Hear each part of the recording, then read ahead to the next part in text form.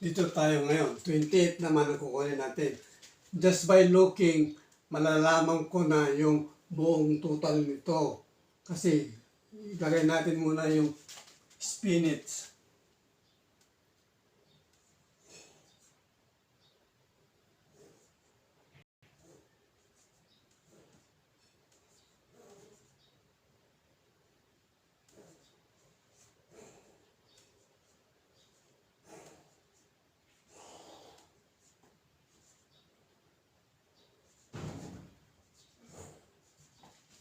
Ito, makikita mo, ito yung pinakababa, 20 at saka 36.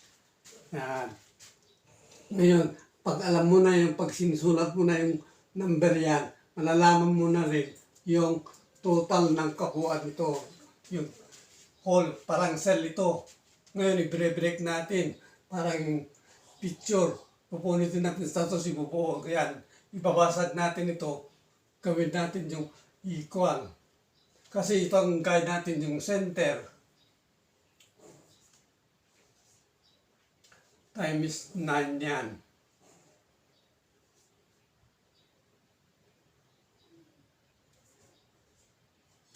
Two five two yan. Multiply natin ng 3 para makuha natin 8, 24,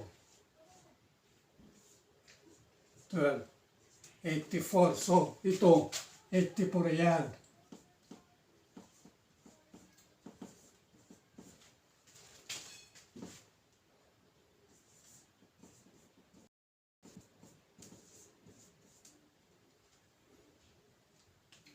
Ngayon, dahil yung guide natin, 28, ilagay natin dito sa center. Yung usual, yung pinalabas ko una, na nakita nyo na siguro, iba minus natin ng 8 dito. Wait.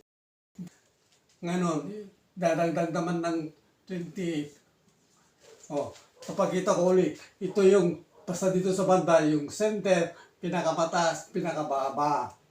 Yan ang ilagay nyo para maasa yung pag-analyze nyo, maasa yung utak nyo, hindi kayo makakalimutin, lalong lalakas ang iyong analytical thinking. Kaya, palagi kong inuulit sa mga kabataan para matuto sila mag-analyze. Ngayon, dahil dito naman ay ito yan, diferensya.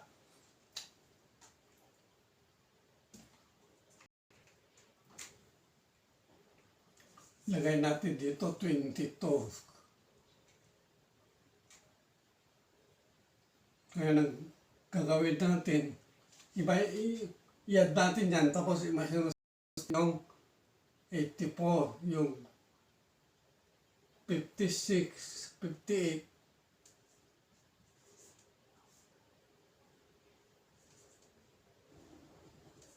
magiging 26. Ngayon, dito naman, automatic yan, 30 na yan. Madali na lang kasi yung basis mo kahit pag-minus ka na lang at idadagdag mo, minus mo yung yan. Yan, tipo yan. Dito rin. Yan.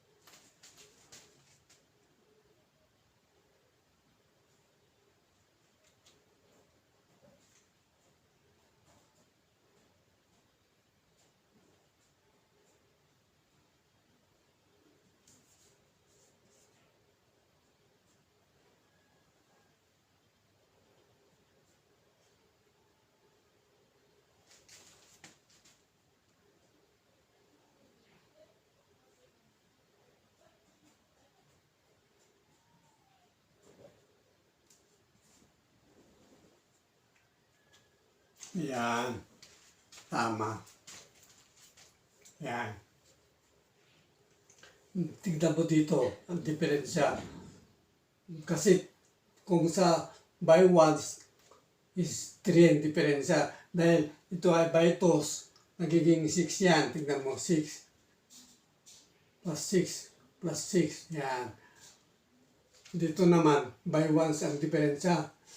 Yung dahil tos yan, kung once lang, sunod-sunod yan, consecutive number. Dahil by tos, nagiging 26, 30. Dito naman, by 4 yan. Kasi yung 4 times 2, 8. Minus 8, minus 8, minus 8. Yan. Yan. Palagi yung tandaan yan. Madali na lang, di ba? Iniisip mo, ang dali pa lang gumawa ng jigsaw square. Tinawag ko na jigsaw square ito